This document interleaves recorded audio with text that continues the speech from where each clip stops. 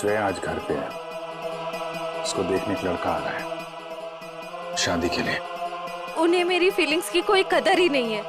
क्या? ये जो लेटर मैं लिख रहा हूँ ये आपको श्रेया तक पहुँचाना है। मेरा वो लेटर पढ़ा, तुमने जवाब नहीं दिया। कौन सा लेटर सर? यार मैंने श्रेया को वो लेटर नहीं दिया यार। तुमने तुमसे कहा कि तुमने उसे वो लेटर दे दिया? हाँ। मुंह मीठा कीजिए। इस खुशी में श्रेया और सिद्धार्थ की शादी पक्की हो गई।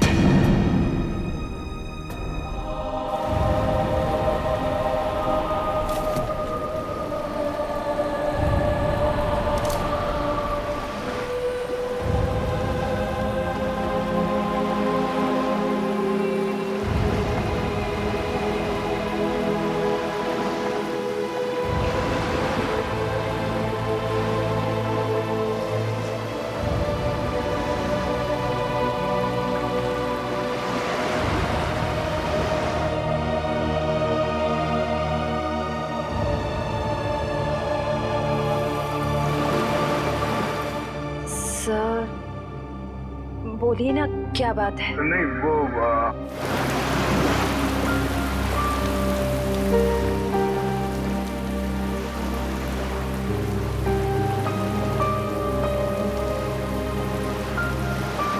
श्रेया और सिद्धार्थ की शादी पक्की हो गई।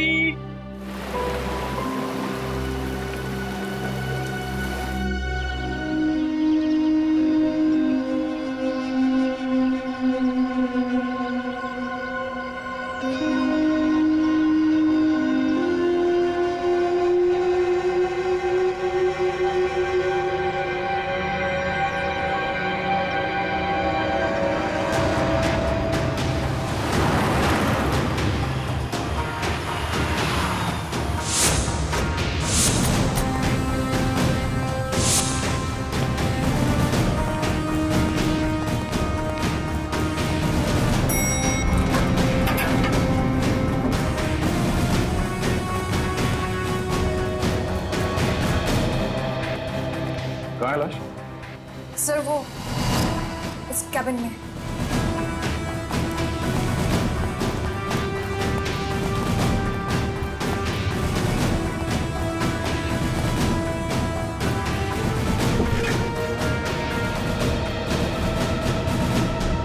सर एक गोली लगी है सीने में।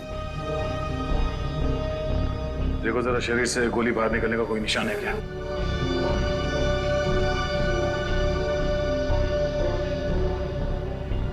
नहीं सर, कोई एग्जिट वोल नहीं है। गोली बाहर निकलने का कोई जख्म नहीं है।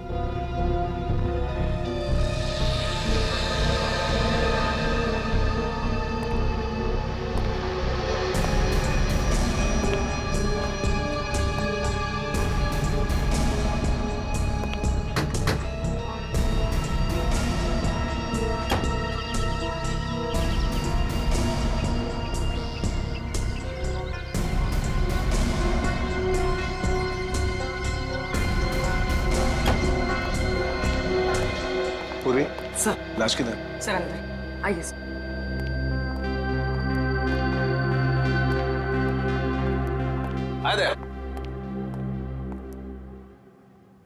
क्या बात है? तुम्हारा खास दोस्त कहाँ है? अभिजीत? इस आदमी के शरीर में गोली लगी है और कोई एग्जिट रूम नहीं है। ठीक है सब कमरे को अच्छी तरह से चेक करो। Excuse me. हाँ प्लीज प्लीज।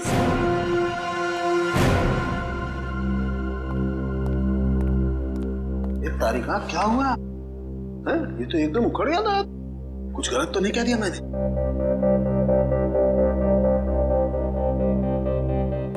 कैसे हुआ ये सब? हमें नहीं पता है सर। क्या नाम है आपका? जी श्लोक। कितने लोग काम करते हैं यहाँ ऑफिस में? कोई 20-22 लोग। 20-22 लोग। दिन दहाड़े कोई आपके डायरेक्टर के कमरे के अंदर घुस जाता है, उसे मार देता है और आप में से किसी ने कुछ नहीं देखा? सर मैं आपको सिर्फ इतना बता सकता हूँ कि जो कुछ भी हुआ है वो 1:30 से 2 के बीच हुआ होगा। खून किसने किया वो आप नहीं जानते। खून कितने बजे हुआ ये आपको मालूम है? हाँ सर, क्योंकि सर के केबिन का दरवाजा 1:30 से 2 के बीच अपने आप लॉक हो जाता है।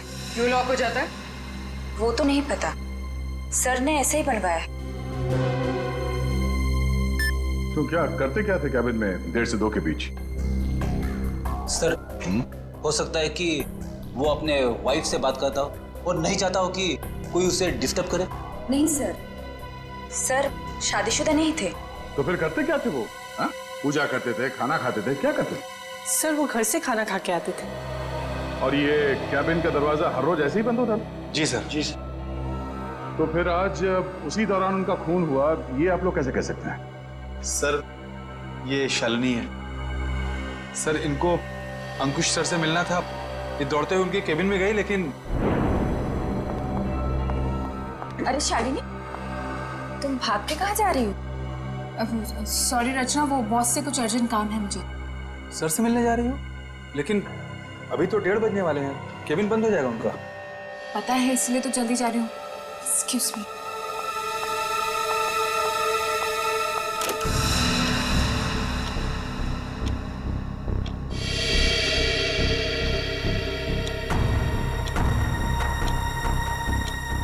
अब और आधा घंटा वेट करना पड़ेगा।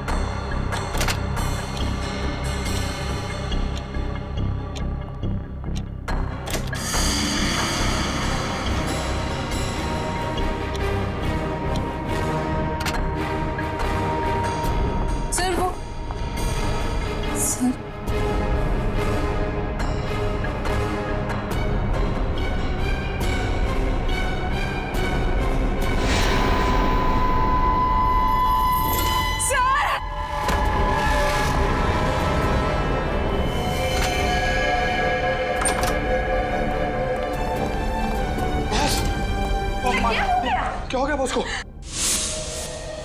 तो इसीलिए आप लोगों का मानना है कि दरवाजा बंद होने के बाद उनका खून? हाँ सर। सर कैबिन में कोई हथियार नहीं मिला। सर हो सकता है कमरे में कोई ऐसा मैकेनिज्म हो जिससे गोली खुद ब खुद चल गई हो।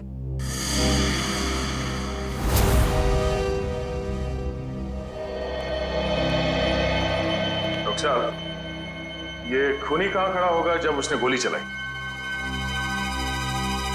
ये देखो, यहाँ टेबल पर खून के छींटे पड़े हुए हैं। इसका मतलब साफ है, खूनी वहां खड़ा था जब तुम खड़े हो।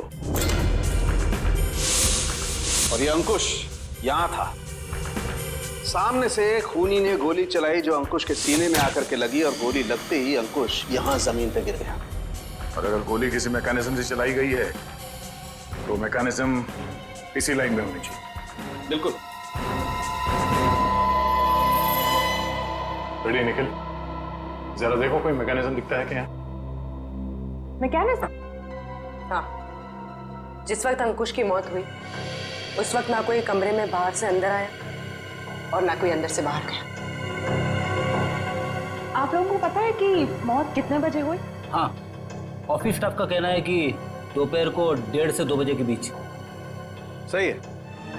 रायगर मोर्टिस लाश की जकड़न भी यही बता रही है।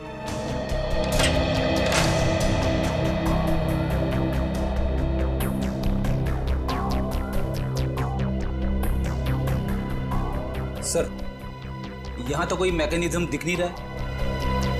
सर यहाँ भी ऐसी कोई चीज दिखाई दे नहीं रही है। कमरे में कोई आया नहीं और कोई मैकेनिज्म भी नहीं है, तो फिर इस आदमी को गोली लगी कैसे? कि ऐसा तो नहीं कि ये दरवाजा लॉक होने से पहले इसे गोली लगी? एक बात बताइए, आप में से किसी ने ये दरवाजा बंद होने से पहले अंकुश को जिंदा देखा था? No sir. नहीं सर। ठीक है, एक काम करो, शुरू से बताओ जब आपके बॉस अंकुश यहाँ इस ऑफिस में आए। सर वो बहुत परेशान थे और उन्होंने कृतिका को अपने केबिन में बुलाया। Okay sir, okay.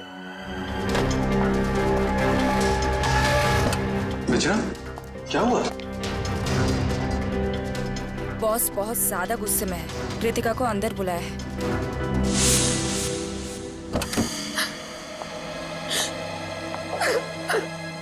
क्या हुआ कृतिका? रो क्यों रही हो? कुछ नहीं। अरे बताओ ना, रो क्यों रही हो? कुछ नहीं हुआ। अरे बताओ तो कृतिका।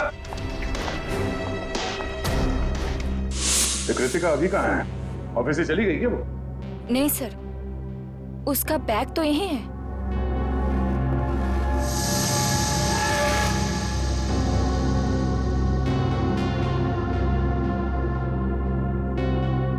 जब कृतिका कैबिन से बाहर निकली तब अंकुश जिंदा था? हाँ सर। उसके बाद कौन गया कैबिन के अंदर?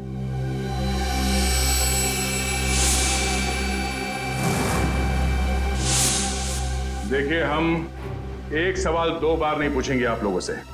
हम यहाँ ये पता करने की कोशिश कर रहे हैं कि आपके बॉस का खून किसने किया, और इसके लिए हमें आपके सहयोग की जरूरत है। और आपके ऐसे चुप रहने से कुछ हासिल नहीं होगा। इसलिए बताइए, कृतिका के बाहर आने के बाद अंकुश के कैबिन में कौन गया था? सर, त्र्यंबक, रचना और मैं। उस वक्त कितने बजे थे?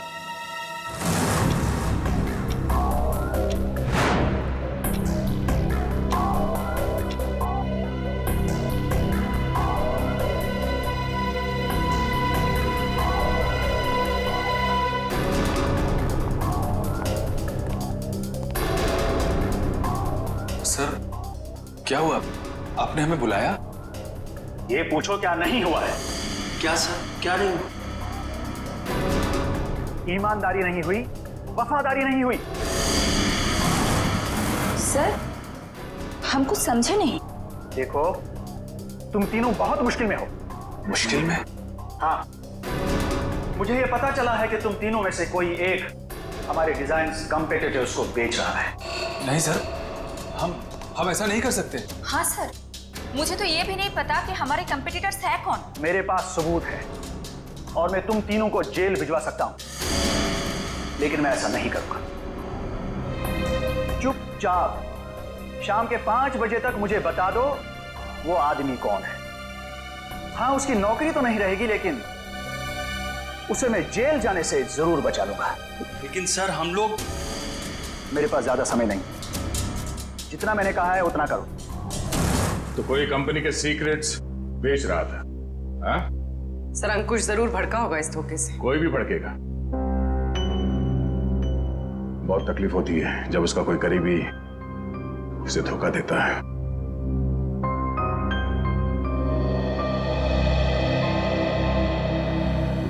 तुम तीनों में से कोई एक धोखेबाज है, वरना अंकुश सिर्फ तुम तीनों से पूछताछ क्यों करेगा इस बारे में? सर, हम बेकसूर हैं। कोई हमें फंसाने की कोशिश कर रहा है। तुम लोगों ने ही मारा अंकुश को, और अब ये बेकसूर होने का नाटक कर रहे हो। नहीं सर, हम सच कह रहे हैं। अच्छा, वो तो हम पता लगा ही लेंगे कि क्या है सच और क्या है झूठ। तुम कितने बजे अंकुश के कैबिन से बाहर गए थे? सर, यही कोई 1:15 हो रहा होगा। और वो जिंदा थे जब तुम बाहर आई? हाँ मैम। जी। तो उसके बाद कौन गया था कैबिन में? सर, मुझे पता नहीं है। मैंने किसी को जाते हुए नहीं देखा सर। मैंने भी किसी को अंदर जाते हुए नहीं देखा। सर, सबका जवाब एक ही है। सर, समझ में नहीं आ रहा है कौन सच बोल रहा है और कौन झूठ। सर, ये खूनी जो कोई भी है, सर इन तीनों के बाहर आने के बाद दरवाजा लॉक होने से पहले अंकुश के कैबिन में घुसा होगा। और अंकुश का खून करने के बाद शालिनी के आने से पहले निकल गया होगा। खूनी कौन हो सकता है? तो कमरे के अंदर घुसा और किसी ने उसे आते जाते नहीं देखा। अंकुश के कमरे से बाहर निकलने के बाद तुम तीनों कहाँ थे? सर, हम कॉन्फ्रेंस रूम की तरफ चले गए थे ये झूठे लगे इल्जाम के बारे में बात करने के लिए। लेकिन थोड़ी देर के बाद जब हम बाहर लंच के लिए आए तो देखा शालिनी अंकुश जी के रूम की तरफ जा रही थी। 1:15 से लेके शालिनी के कमरे के बाहर आने तक किसी ने किसी को कमरे के अंदर जाते हुए देखा? सर, हमने ध्यान नहीं दिया क्योंकि कृतिका ही ये सब देखती थी। ये कृतिका है कहाँ? पता नहीं सर, बहुत टाइम से आपने उसे देखा नहीं। पुलिस देखो, जब तक कृतिका नहीं मिल जाती कुछ पता नहीं चलेगा। आप लोग सीसीटीवी कैमरा की फुटेज क्यों नहीं देखते? उसमें पता चल जाएगा। तुम कौन हो? जी मैं सुमित, कृतिका का बॉयफ्रेंड। और ये सीसीटीवी कैमरा के बारे में क्या बता रहे हो?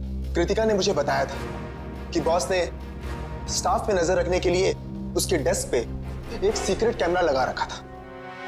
क्या कैमरा?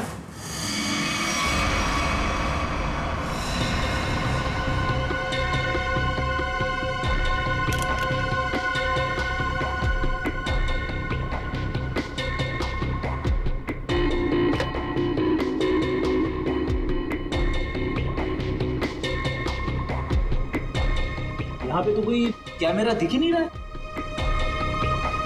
खुफिया कैमरा है, छिपा के रखा होगा।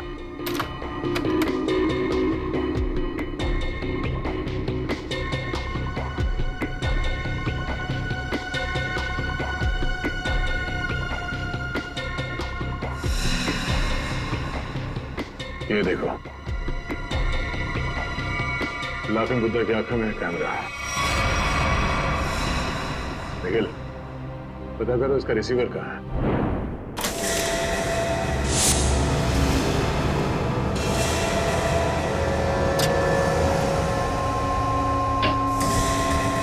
मैम,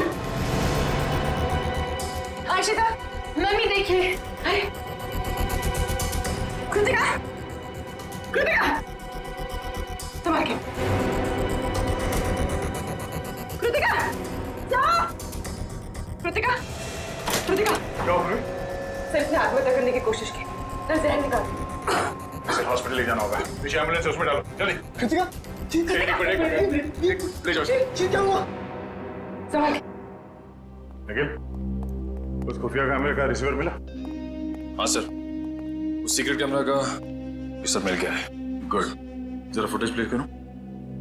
देखते हैं रचना, त्रिंबक और श्लोक के निकलने के बाद अंकुश के कमरे में कौन गया था।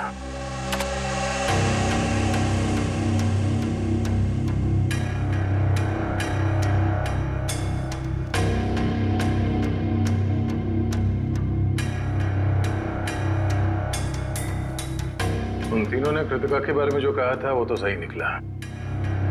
अब आगे देखते हैं।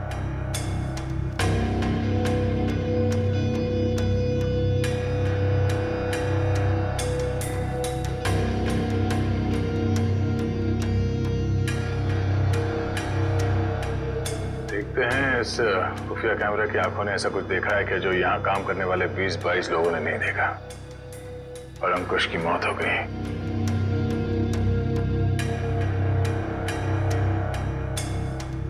एक मिनट रुको सर, ये आदमी कौन है?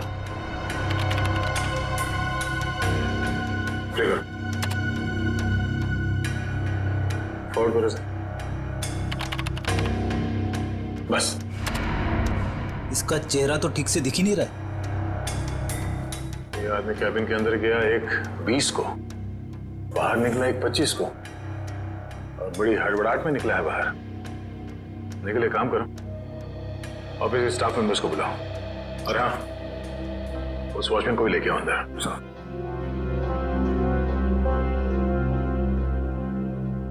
आइए सब।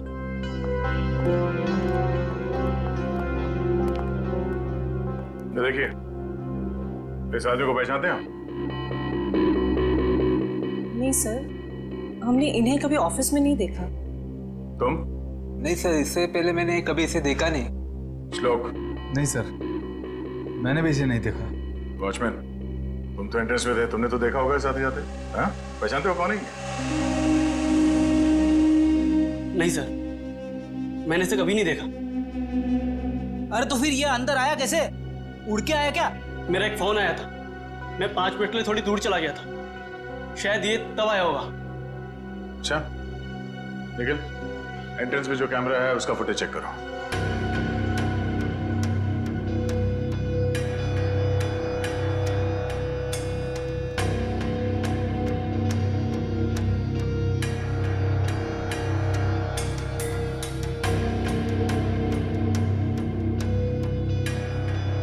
एक मिनट इस रूम को फ्रीज करो। ये सुमित, कृतिका तुम्हें कुछ नहीं होगा, जल्दी चलो। आई तुम्हें कुछ नहीं होगा कृतिका, तुम ठीक हो जाओगे। संभल के।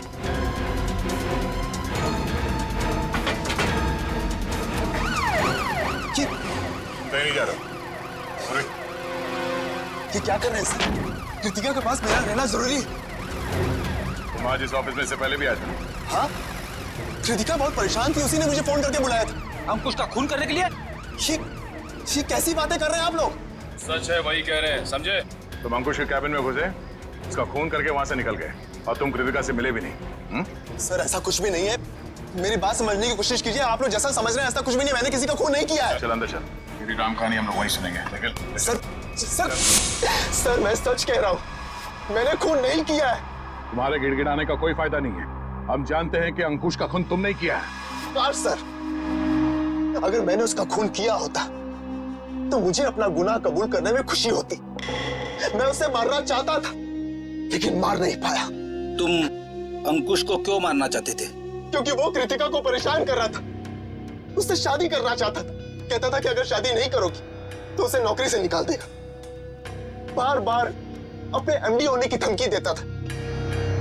क्या करती बेचारी कृतिका, उसके ऊपर उसके बूढ़े माँ बाप की जिम्मेदारी थी। इसलिए तुमने बदला ले लिया अंकुश का खून करके? नहीं सर, तब मुझे कृतिका ने बुलाया था, वो बहुत रो रही थी। अंकुश ने फिर से उसे धमकी दी थी, पर जब मैं ऑफिस पहुंचा तो मुझे वो नहीं दिखी। तब मैं जाकर अंकुश को धमकाया और वहां से बाहर चला गया।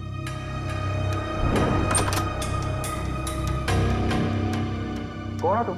बहुत हो गया अंकुश, कृतिका से दूर रहना, वरना क्या करोगे? जान से मार दूंगा तुझे।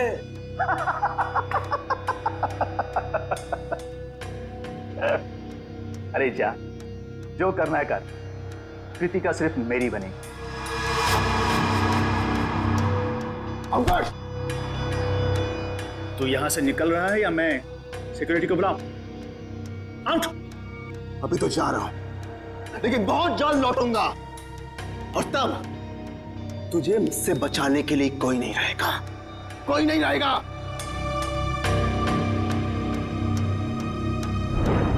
हमारे पास सबूत है, तुम 1:20 में अंकुश के कमरे के अंदर गए थे और ठीक 1:25 को बाहर निकले थे। क्यों?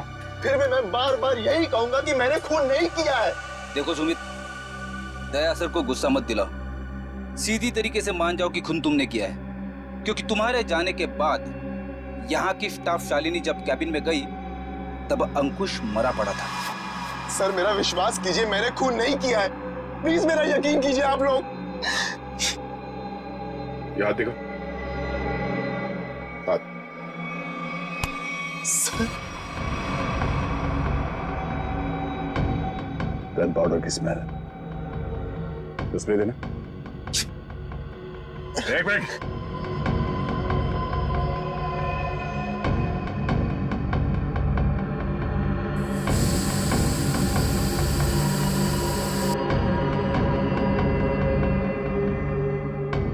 तुम्हारी उंगलियों पे गन पाउडर है, इसका मतलब है हाल ही में तुमने गोली चलाई है।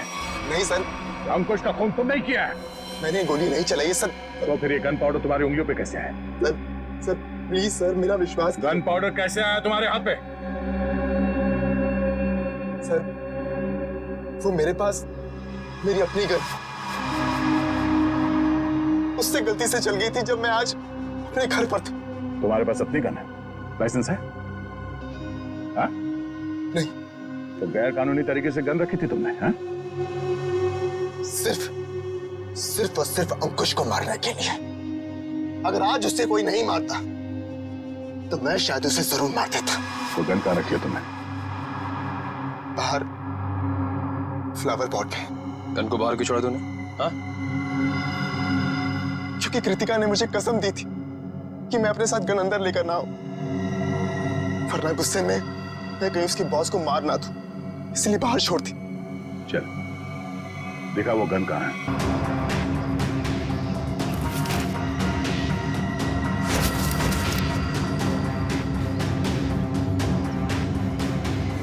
तुम्हारी का?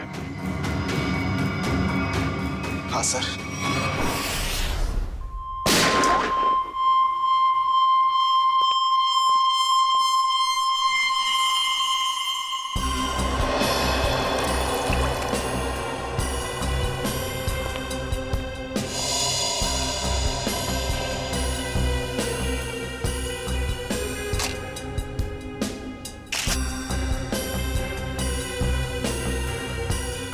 मेरी समझ में नहीं आ रहा है कि आप लोग मेरी गन को चेक क्यों कर रहे हैं, जबकि मैं इसे ऑफिस में लेकर गया ही नहीं था। दोनों बार प्लांट में ही छिपा दिया था। तुम कितना सच बोल रहे हो कितना झूठ अभी पता चल जाएगा।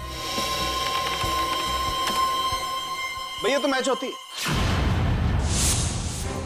ये गोली और अंकुश के शरीर में जो गोली मिली है वो गोली, दोनों मैच होती। इसका मतलब साफ है अंकुश को इसी गन से गोली मारी गई है। अब बोलो, तो तुमने दोनों बार ये गन ऑफिस के बाहर वाले गमले में छुपा दी थी? सर मैं आपसे बार बार कह रहा हूं कि मैंने अंकुश को नहीं मारा। जब मैं उसके कैबिन से बाहर निकल रहा था तो वो जिंदा था। जरूर मुझे कोई फंसाने की कोशिश कर रहा है। तो मतलब तुम्हारी गन अपने आप गमले से बाहर आई, अंकुश जी को गोली मारी और फिर आके गमले में छुप गई। और ये कहानी है सर? अरे मैं कोई कहानी नहीं बना रहा हूं, मेरा विश्वास कीजिए। एक सेकंड, कॉल। क्या? हाँ मुझे याद आ गया। जैसे ही मैं अंकुश के कैबिन से बाहर निकल रहा था उसके मोबाइल पर एक कॉल आया था। और उसने वो कॉल रिसीव किया था? हाँ।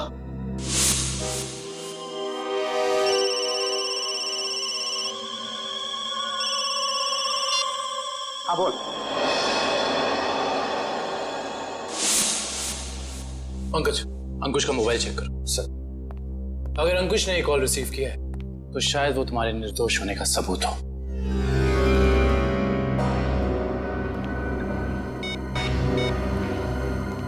सर, अंकुश को 1:25 पे कॉल आया था सर, और 7 मिनट तक कॉल चली। 7 मिनट? 1:25 को कॉल आया था। दरवाजा बंद होता है ठीक 1:30 बजे, यानी कि दरवाजा बंद होने के 2 मिनट बाद तक ये कॉल चला। सर शायद वो जिंदा था। पंकज, इस नंबर पर कॉल करके चेक करो कि वाकई इस आदमी की अंकुश से बात हुई थी कि नहीं।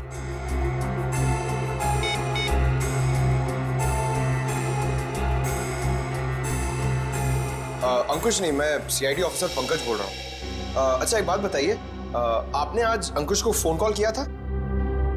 आपकी बात हुई थी उससे? अच्छा, लगभग कितने मिनट तक बात हुई थी? 5 से 7 मिनट। अच्छा ठीक है, थैंक यू वेरी मच। नहीं कोई टेंशन। सर 7 मिनट तक बात हुई थी सर। देखा सर, मैं सच कह रहा हूं, मैंने अंकुश को नहीं मारा है। इसका मतलब सुमित खूनी नहीं है, तो फिर खूनी कौन है? कहीं खूनी पहले से ही तो कैबिन में छुपकर नहीं बैठा था और दरवाजा लॉक होते ही उसने अंकुश को गोली मार दी और फिर वहां बैठकर इंतजार कर रहा था। और जब 2 बजे बाकी का सारा स्टाफ अंदर आया कैबिन में अंकुश की लाश देखने, तो मौका देखकर वो भी उनके साथ निकल गया।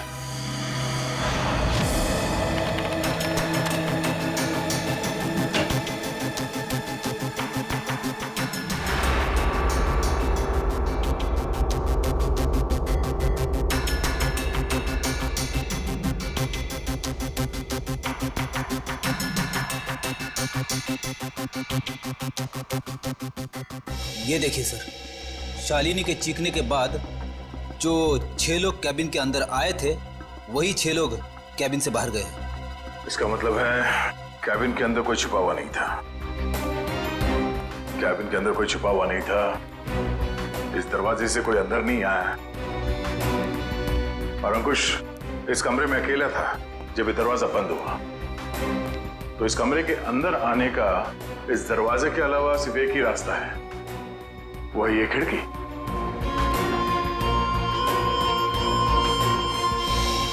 मगर जब हम लोग इस कमरे के अंदर आए तो ये खिड़की अंदर से बंद थी।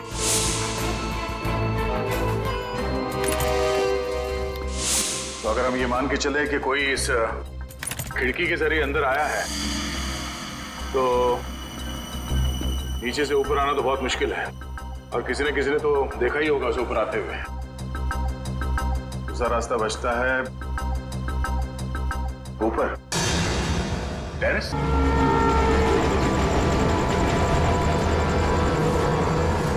जरा देखो आसपास, अगर वो खूनी अंकुश के कैबिन में यहाँ टेरेस से गया है तो उसने रस्सी या हार्नेस का इस्तेमाल किया होगा, और अगर ऐसा है तो यहाँ लेज पे कोई ना कोई निशान जरूर होना चाहिए। तो चेक करो।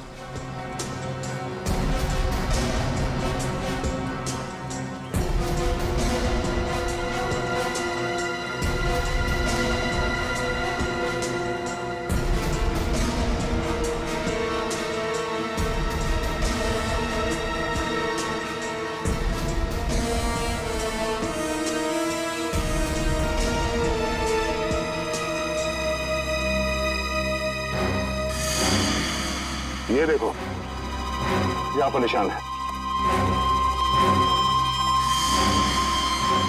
ये निशान, उसने रस्सी को यहां से बांधा और यहां से नीचे उतरा, क्योंकि ठीक नीचे यहाँ पे अंकुश का ऑफिस है। और फिर रस्सी सपोर्ट के लिए शायद वहां उस पे बांधा होगा।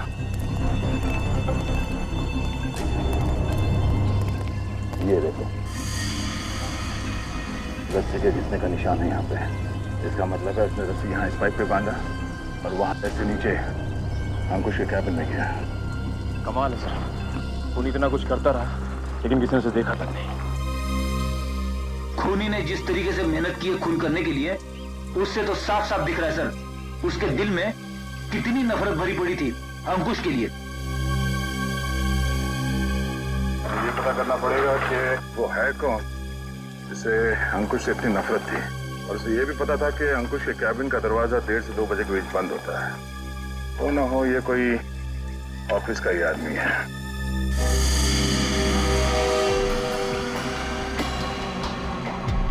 खूनी टेरेस से रस्सी के सहारे नीचे उतरा और फिर खिड़की के रास्ते कैबिन में आया। लेकिन आपने तो चेक किया था, खिड़की अंदर से बंद थी, जिसका बाहर से खुलना नामुमकिन था। Exactly Freddy. इसका मतलब है खून होने से पहले खूनी ने या उसका साथ देने वाला कोई ना कोई इस ऑफिस में था जिसने छुपके से ये लैच, खिड़की का लैच खोल दिया ताकि इसे बाहर से खोल सके। फिर सर खूनी ने खिड़की को अंदर से लॉकअप किया? ये शायद तब हुआ होगा जब ऑफिस के बाकी के स्टाफ मेंबर्स अंकुश की लाश देखने के लिए कैबिन के अंदर घुसे। खूनी यहाँ से अंदर आया और उसने अंकुश को गोली मारी।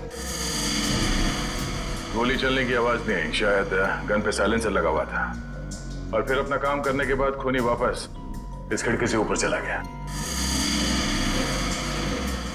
मगर खूनी ने एक गलती कर दी। वो क्या सर? लैच। जब उसने खिड़की खोलने के लिए ये लैच ऐसे खोला होगा, जाहिर सी बात है उसने ग्लव्स पहनने की तकलीफ नहीं की होगी। इसका मतलब खूनी के उंगलियों के निशान उस लैच पे है। हाँ फ्रेडी, और अब ये उंगलियों के निशान ही हमें खूनी के गर्दन तक ले जाएंगे।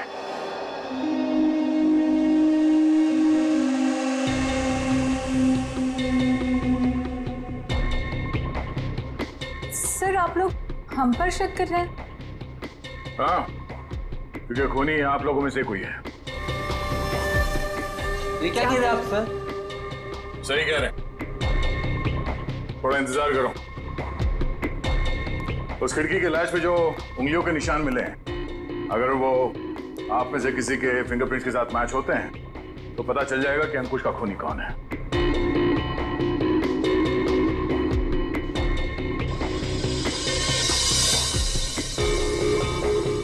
ठीक, आप जाइए, आप आइए।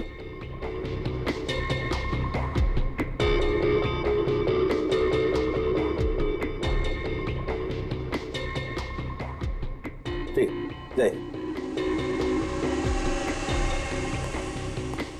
दया, इन सब लोगों के फिंगरप्रिंट्स तो ले लिए, अब जरा इन्हें मैच करके देखते हैं।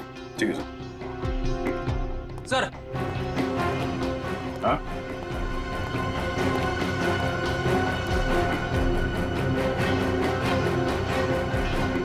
खूनी ने टेरेस से नीचे उतरने के लिए जिस रस्सी का इस्तेमाल किया था वो रस्सी कहीं मिल नहीं रही है।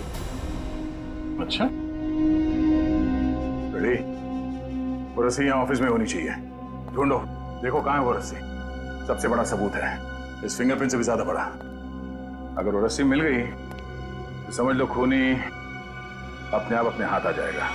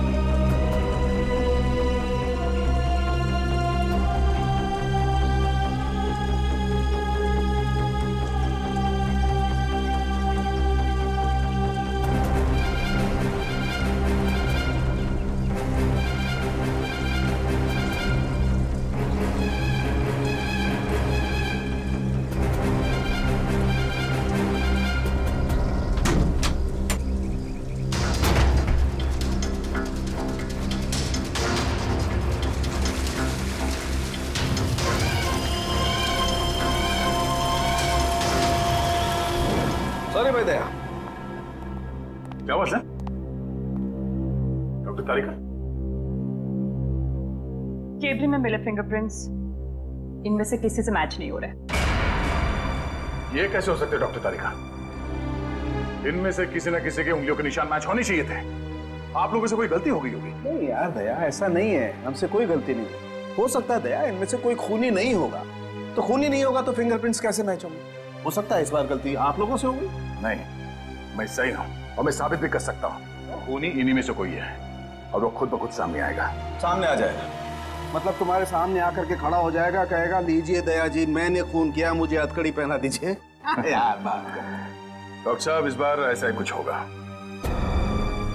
डॉक्टर साहब ने आप लोगों के हाथ पे एक केमिकल लगाया था। वो केमिकल रिएक्ट करेगा और वो केमिकल तब रिएक्ट करेगा जब आप में से जो खूनी है वो ऊपर टेरेस पे जाके पानी के टैंक के अंदर से वो रस्सी निकालेगा। वो रस्सी हमें तब मिल गई थी जब पहली बार हम लोग छत पे गए थे।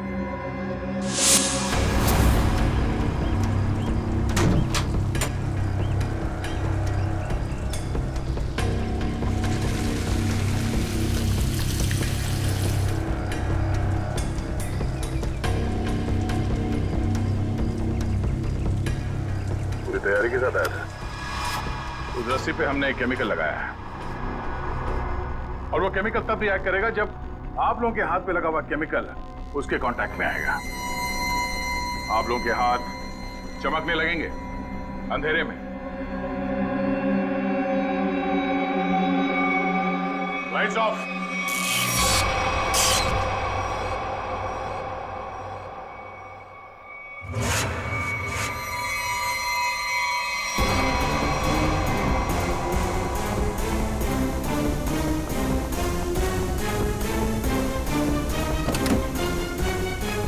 बस बहुत भाग लिया, अब और नहीं।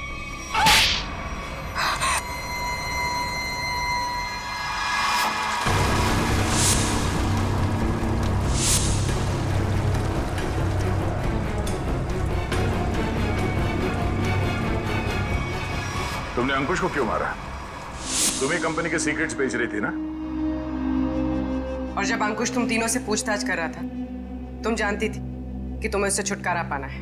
हाँ, मैं बहुत पहले से ही जानती थी कि मैं पकड़ी जा सकती, इसलिए मैंने प्लान बना के रखा था कि जब भी मौका मिलेगा मैं अंकुश को मार दूंगी।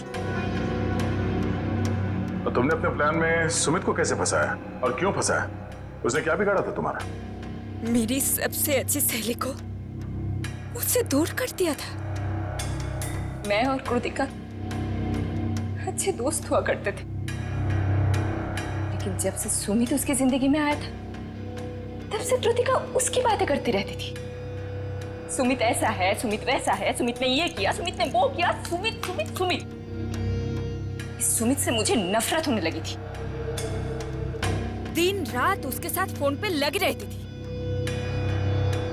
इस सुमित के चक्कर में वो मुझे भूल गई थी। और आज सर के केबिन से निकलने के बाद कृतिका ने जब सुमित को फोन करके बताया कि गन को कहीं छिपा देना, मैं अपनी सहेली को मैं वापस पाना चाहती थी। और यही सही मौका था सुमित को फंसाने का। इसलिए तुमने अंकुश को मारने के बाद अपनी गन सुमित के गन के साथ बदल दी और अंकुश के शरीर पे जो गोली मिली वो उस गन के साथ मैच हो गई, जिसकी वजह से सुमित फंस गया।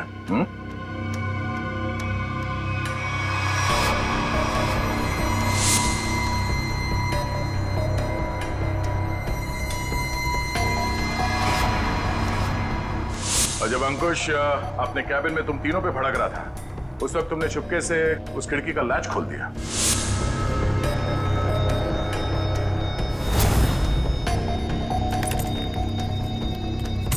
और तुमने मौका पाके विंडो का लैच तब लॉक किया जब सब अंकुश की डेड बॉडी देख रहे थे, है ना?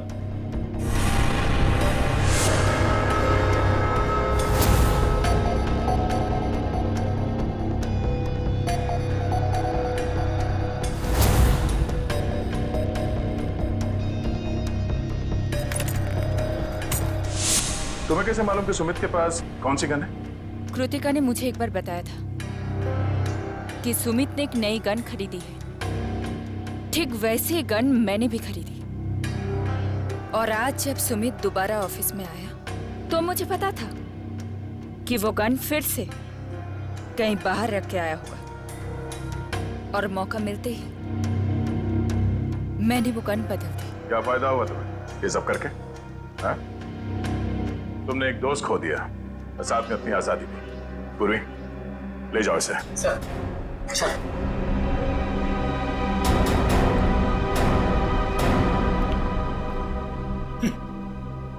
लोग भी दोस्ती में क्या क्या करते हैं सर। हाँ फ्रेडी, कुछ तो पीठ पे छुरा घोंपते हैं।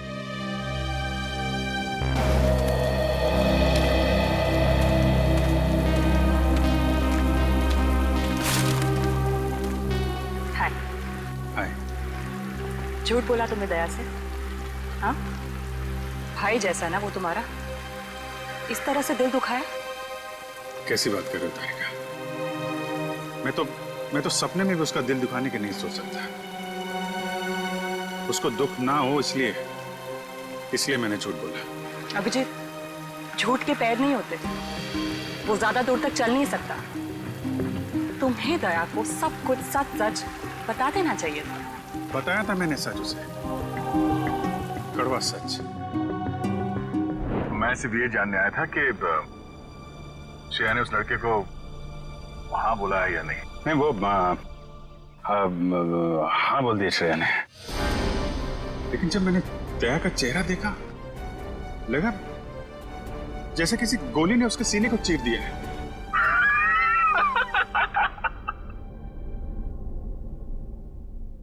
अरे यार, क्या लड़का आया नहीं, तबीयत खराब हो गई उसकी।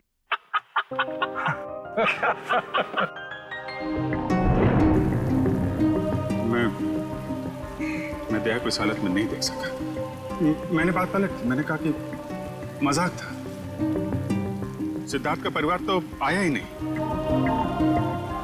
मैं जानता हूं ये गलत है तारिका, लेकिन ये गलत उस समय मुझे सही लगा।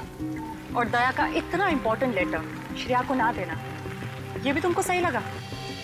क्या लगता है तुम्हें कि मैं जानबूझ के ये सब कर रहा हूं? मैं नहीं चाहता दया और श्रेया एक हो। दुनिया मुझे कुछ भी कहे, मुझे कोई फर्क नहीं पड़ता, लेकिन तारिका तुम मुझे गलत समझ रही हो।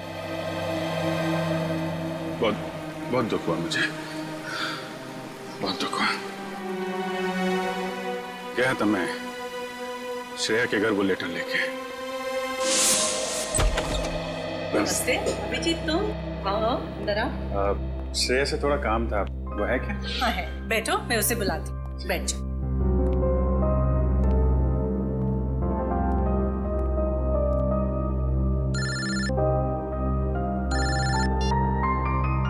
अरे भाई, तुम्हारा ही काम करने आया हूँ यार। अरे भूल कैसे सकता हूँ, लेटर है मेरे पास, अभी दिया नहीं है। जैसे ही श्रेया आती है ये लेटर उसके हवाले कर दूंगा। हैं? अरे यार थोड़ा तो सब्र रखो यार। हाँ मैं करता हूँ। नमस्ते अंकल। अभिजीत, मैं तुम्हारे हाथ जोड़ता हूँ, तुम दया का कोई भी लेटर श्रेया को नहीं दोगे। लेकिन दया और श्रेया तो... मैं जानता हूँ दया और श्रेया कुछ कहते नहीं, लेकिन वो एक दूसरे के काफी करीब हैं। मगर मैं अब नहीं चाहता हूँ कि श्रेया अपना फैसला बदले। ये तो दोनों के साथ ज्यादती होगी। आप अभिजीत, मैं मजबूर हूँ। मैंने पिछले साल सिद्धार्थ के पिता से एक बड़ी रकम उधार ली थी, जो मेरे अलावा मेरे घर में कोई नहीं जानता। और अगर श्रेया ने इस शादी से इनकार किया तो वो लोग सारे पैसे वापस मांग सकते हैं, जो मैं अभी देने की स्थिति में नहीं हूँ। लेकिन अंकल ये तो श्रेया की जिंदगी का सवाल है। तो मैं क्या करूँ? इतने पैसे कहाँ से लाऊं? श्रेया की माँ को हार्ट प्रॉब्लम है। तुम लोगों की जरा सी गलती हमें प्रॉब्लम में डाल सकती है। देखिए, अगर सिर्फ पैसे की बात है तो हम लोग मिलकर कोशिश कर सकते हैं। पैसा तो... नहीं, वो बात नहीं है। पैसे का इंतजाम हो चुका है, बस 1-1.5 महीने की बात। एक बार मैं उनके सारे पैसे लौटा दूं, उसके बाद तुम ये लेटर श्रेया को दे देना। लेकिन तब तक ये बात हम दोनों के बीच ही रहनी चाहिए, प्लीज। ये आपने बड़ी मुश्किल में डाल दिया। दया से कोई बात छुपाना इतना आसान नहीं है। अब ये बात ना मैं श्रेया को बता सकता हूँ और ना दया को। दया तो इस बारे में कुछ नहीं जानता। वो तो तुम्हें गलत समझ रहा है। इनफैक्ट नफरत करने लगा है वो तुमसे। जानता हूँ, वक्त ने गलतफहमी पैदा कर दी है, लेकिन ये भी जानता हूँ कि सही वक्त आने पर सब ठीक भी हो जाए।